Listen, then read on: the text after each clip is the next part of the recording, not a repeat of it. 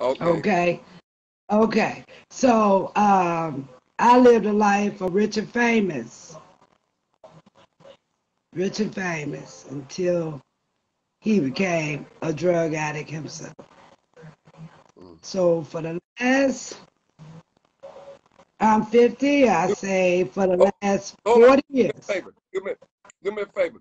I hear a little static. Is something playing in the background or something?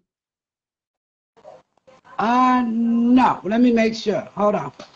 It could be the Yeah, other okay. room. Yeah, because I hear a little static. It just, because we need to hear, we need to hear this. Yeah, we So, hear this. over the 40 years, a lot of life turned around to go to the opposite. Meaning I had four uncles. My dad, it was five of them all together. Four of them are deceased. All of them did drugs. They lived a corrupt life, deteriorating life, from good boys to the worst people you ever met. My dad's still alive, but he also still do drugs. Mm. I heard you ask somebody, who introduced you to drugs? My daddy did. Mm. Okay, my daddy did. You know, you got a lot of people that will never admit nothing like that. Mm-hmm. You know what I'm saying? I tell you this from experience. It was the worst thing he ever taught me and the best thing he ever taught me. That's the only reason why I'm here today. Mm-hmm. Okay. But the people that's out there that are living within households that are like that, you can't allow your household to introduce that to you either. Mm-hmm. You may have Uncle John and Rick and David doing drugs, selling drugs, pimping, whatever the case may be. You got to make a choice with your life. You can't allow what's around you to decide what your life shall be. Now, I'd had some experience in the drug field, but the fact is, because I knew what it will become, I made sure that I stopped. Oh, I know what the outcome is. This is. Everybody don't know what the outcome is. They look. They get their check on the first of the month, and then they introduce they cousin. Oh, he about to turn 18. Let's get him on drugs. Mm. Mm. That's terrible. He finna. Let's get this check so we can do drugs together. And now we got two checks to spend on the first of the month. Listen, y'all, she telling the truth. Listen. And it's what they do. And I've seen it happen over and over and over again within my family. This is from experience. But I made a different choice, you know. So, but I'm saying what could happen. And then I've seen it happen. Just because your family, that's your family, don't mean they won't introduce you to something negative. Be it be your father, your mother, your auntie, even your sister or your brother. If they need more money to get high, they gonna introduce you to drugs so that you can get some more money, so they can have more drugs to do with you. You see it all the time. Two sisters, both on heroin. And you wonder how I got two kids on heroin. Because you got that heroin addict gonna introduce that heroin that young lady to heroin too. I had stuff put in my drinks before, like you said. I heard you talking about that. I done had that happen to me before. It happens in this world, and everybody is not your friend, and everybody is not your loving family as you wish they should be. Your best friend would do this to you. If my father did it to me, your best friend definitely would do it. If anybody want more drugs, they want more drugs, Martin. They trying to get high. They're not trying to see you succeed. If they can't get you on the same level as them, then we got a problem. You know, so now you are robbing, stealing, and killing, trying to get more money so you can do more drugs. And the other thing is they doing nowadays is this syrup stuff. I call it syrup because I know that that's exactly the same thing they were doing back in the day. My dad used to sell it. Okay, that's what he was selling. And when it first started out, it go from syrup to heroin. Once you get high for syrup, you can't get no more high. What they call now, they call it sipping. They sipping on codeine. Got Lil Wayne, all them guys having cardiac arrest and all those different things. That's the same thing they was doing 40 years ago. Mm-hmm. And what that syrup that you call yourself sipping on and getting numb off of is only a step to going to heroin. Mm. Your next step is heroin. And when you get on heroin, my dad can't even get off of heroin right now. And why he can't get off heroin? Because it's so deep within his flesh that he will die. Like the young lady just said, she started having strokes after she tried to get off the drugs. That's a real thing. That's a real thing. You think I'm getting high for the party tonight, and then 10 years later, you can't stop getting high. Not because you don't want to stop getting high, but you physically cannot because you medically could die. You medically can die from not doing the drugs that you know that's hurting your body, but your body is addicted to it, and you can't go without it now. That's why they got the methadone clinic. It's not the methadone clinic is not to really necessarily stop a person from getting high, but you medically can't stop doing the drugs once you start doing them. So the basic thing is don't start doing no drugs that are not prescribed to you. First of all, that syrup stuff is prescribed by a doctor for a person that's sick. They doing this Annex. That's another drug that's really getting under my skin. That Xanax is for people that have an anxiety, post-traumatic stress, heart palpitations, and things like that. What they doing, that Xanax numb your mind and your thoughts to reality. They think we don't know that. There's no way these people, these kids, 14, 12, 15, 16, 17 year old, pulling the trigger, sending off 100 shots, and you don't go home and not think about this? They're using this Xanax.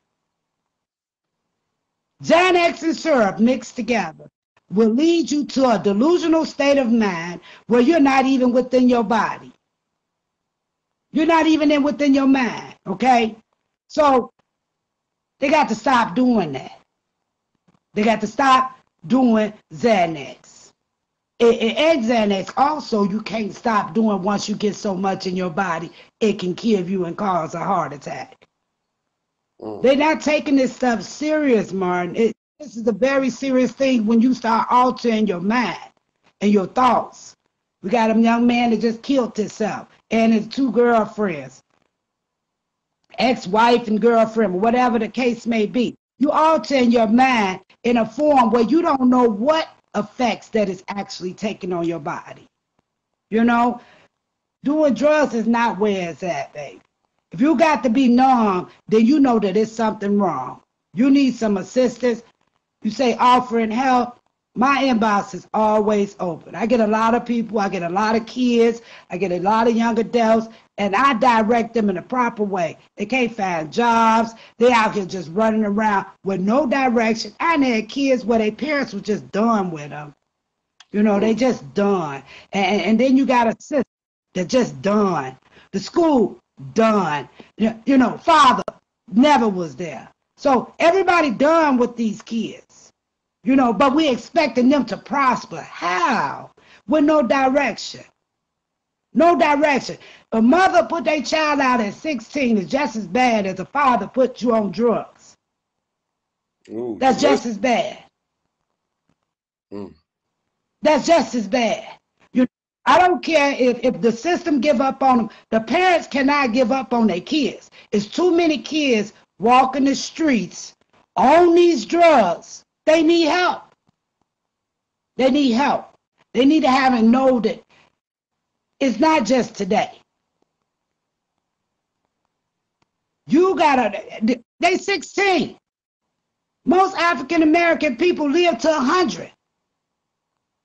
If you 16, you got what? 85 more years to live. And they got to start living in that mindset and stop living just for today. Mm-hmm. Oh, this ain't working this way. Oh, I got to with Ricky and Bobby. No, you do not. You got 85 more years to figure this out. And however many 85 times that you got to fail, you can succeed. I don't care if you is on drugs now. You can get off. It's a thought. It's a thought. And like she said, remove yourself from the situation. It's easily done. If you can go out and rob somebody to go get high, if you're going to rob somebody, rob them to move out of the neighborhood. Go get you a job. You know what I'm saying? It's like, it's better ways of doing things than to resolve into what your environment say that you got to have or do. You know, I'm out in the boondocks at this point. I've been shot, and I lost family members to gunshots, gun victims. I mean, it ain't nothing that Chicago got on the table that I have not experienced. Okay, so that should tell anybody that you can survive. You don't have to do what everybody else is doing. And all this internet and sophisticated social media, they're exploiting drugs, they're exploiting gun violence, they're exploiting sexuality. I mean, everything that's negative. Brainwashing people in a sense. People don't think brainwashing is real, but it is. Mm-hmm. Because they glorify it. We're sipping on the... So now everybody walking around with a double cup from 7-Eleven. But that's fake for the people that's on the video. But it's real for you. It's real. Yes. And now you out killing people to get it. Then people steal with their prop money. And they rented a Lamborghini on the video. But you living in this real life where people really is shooting and trying to kill you. Mm-hmm. I don't know. I mean, these kids got to find another direction. Another point I want to hit on. No blame, but addressing. These fathers got to get up. If you exist, it's time to get up. Because I always question when I see something go wrong. I always see the mother come on the newscast. Every interview is always the mother or it's always the grandmother. But you never see no interview from the father. Where are y'all? Where are they? You know, it's like if you're at the juvenile detention center, you go in the courtroom, Miss so-and-so, Miss so-and-so. Go to this school, Miss so-and-so, Miss so-and-so. Where's Mr. so-and-so? You got a point. Where is he? I mean, if the mother just say, if I hadn't seen, well, juvenile, where the mother had put the juvenile out of the home, the judge states that they were going to end up arresting the mom if she didn't allow the kid back into the home, you know, because the kid was just so out of order. But she didn't say, I'm going to arrest you and the father. That's not fair. That's not fair to the kid. Because basically, that's what he's looking for, or she looking for. I tell my kids all the time, they father not around. Let me tell you something. And I'm talking to y'all, whoever catch this video, I'm talking to you. If your father not around, this is for you. Stop abusing yourself to punish them for their sins in their lives. Because you're going to one day wake up and realize that what you done was to yourself. You're not hurting anyone but yourself. They think that if I go and do this here, maybe they'll come. Or if I do that there, maybe they'll come. They're screaming. 99% of these people are screaming for help. Some may say, oh, they just badass kids. The kids don't just be that way. No. I raised enough kids. I raised my own kids. I raised my cousin kids, my auntie kids, my friend kids, my neighbor kids, and 99% of them didn't have fathers. All they wanted was to be loved. Their parents was done with them. But then they come around you and they normal kids. They just trying to get that parent that is present attention. I need that other individual to clear that hole in my heart, or I'm going to keep hurting people. I'm going to hurt people until people wake up and hear me screaming, help. They don't know how to say help in a sense. Not talking about literally like help, but mentally saying help. That their activities are screaming help. No one's protecting them. They walk out the door, no one is protecting them. Nobody's going to come and stand up. All the bullying in school, nobody's coming and saying, hey, bag up off my son. Or no, y'all ain't finna do that. Whatever's happening, they have to deal with it themselves. They have to take the gun to school themselves. They have to walk down the street with a gun themselves. It's happening. It's normal to be get bullied, but it's still abnormal at the same time. But usually you have adults that come around and protect them. Mom at work.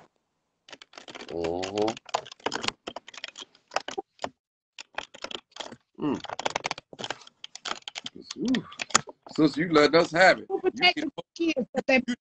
You need a whole segment by yourself, because you said some things today that I have to look at and not second guess, but you're right. You are right. A lot of these youngsters out here acting up because they got a hole in their heart, and they're hoping that the other parent will come and rescue or get the attention of their mother or their loved one or their father.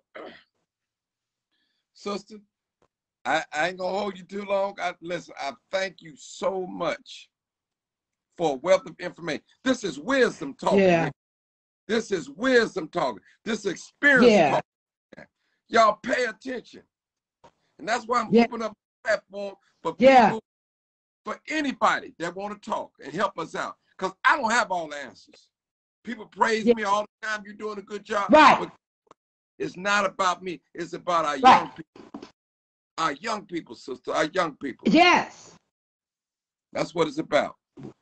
And who gonna take care of us? Who gonna take care of us, Martin? You're right. When I look out, if it ain't for my own kids, I can't look to nobody else's kids at this point. We getting up to the 75% mark that the kids are messed up. Yes. And it used to be 1%. Mm-hmm. So we're doing something wrong. Something is not right. We can't blame everything on the system. We can't blame everything on mama. We can't blame everything on the school. We can't blame everything on the police. I mean, come on. It's one thing that is 85 to 90% missing. The fathers. 85% of the kids that are going through these situations, they don't have a father. I'm not trying to blame anybody, because I know we got good fathers. I got family that got good fathers. I'm not saying that. I'm not talking about anybody that's a good father. I'm talking about the ones that are not. I don't care what the baby mama doing. That has nothing to do with your child. People need to grow up, because they've been using that for like 20 years now. Oh, my baby mama acting crazy. That's enough of that. There's no excuses for that. Oh, the system on that, just on the mama side. That's a lie. You've been fed a lie. Because the system on whoever side, that is right. And that's just how it goes. Because I know a lot of people, a lot of fathers who have their children. And they're raising their own children. No more excuses. Get in these kids' lives, and especially before they become 10, 11, 12 years old. 10, 11, and 12 years old,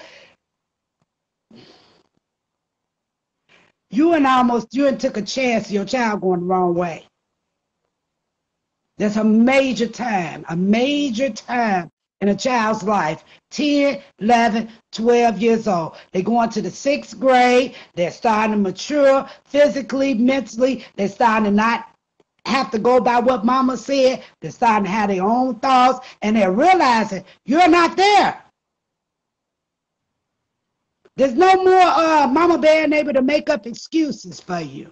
Mama been making up excuses from 0 to 12 years old. Oh, your dad had to work. Oh, your dad this or that. Or just don't bring him up or whatever. 12 years old, he wondering where the hell you at. And he's hurting or she's hurting. These girls out here 15 years old sleeping with 40-year-old men. Why? Why would I want a man look like my daddy? Come on. He's 40 years old. We having to put Amber Alerts on 16-year-old, 17-year-old girl just found from Memphis with a 40-year-old man. When she should have been going to the mall with her dad at 40.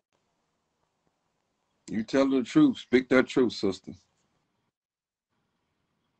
That's all I'm saying. Get in y'all rightful places so the world can start turning the way it's supposed to turn, because right now it's going backwards.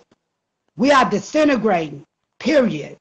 And it's terrible. We're too strong-minded. We're strong physically, mentally, emotionally, spiritually. There's nothing that we are weak in except doing what we're supposed to be doing, what we should be doing. And it's never too late.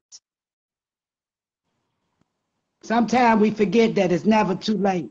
People don't want to go to church because they want to be Christians before they get to church. Doesn't matter. If you're going out on the stroll, drinking last night, doing whatever, go to church in the morning and talk to the Lord about that. Don't keep saying, I'm going to do it tomorrow. Do it today. We need men today. Yes. Get in these kids' life. It's no your son out carjacking nobody when they got a father. There's no reason for that. 11 years old, come on. 11 years old, doing drugs, smoking weed, carrying a gun. And you have a father? Men don't allow that. Men don't allow it. Women don't allow it either, but they can't put that disciplinary action in the form at which it needs to be done in a male form. If I could tell a child 5 times to do something, a man can tell a child once and it's done. And it's done. That's me. We're made that way. And until people get in their rightful places at the rightful time and do what they're supposed to be doing, nothing's gonna change. We can keep asking other people for help, but then we don't need nothing that's not within us already. We don't need nothing from nobody else. Everything we need is within us. We just got to stand on it. Stand on it and stop having these kids with before you get married. Stop it. Just stop. That's one thing we just got to stop doing. And all other cultures, they don't allow it. You know, but our culture, we just accept it because we know we're supposed to be reproducing, but we're not doing it in an orderly fashion. It's not what we're doing is wrong, it's how we're doing it. We're supposed to reproduce like we reproduce it, but we need to have us. We need to have a structure. You know, you got to have a foundation to build a home. So we got to stop that. We got to stop that starting at the age of 10, 11, and 12. We do not, and we don't allow. No more of that. No more of that. Hey, Mom, I'm going to leave it there. You know I can preach. I know you preach. Hey, listen, I let you run, though. You know I did. I know you can. Hey, listen, I appreciate I saw you did.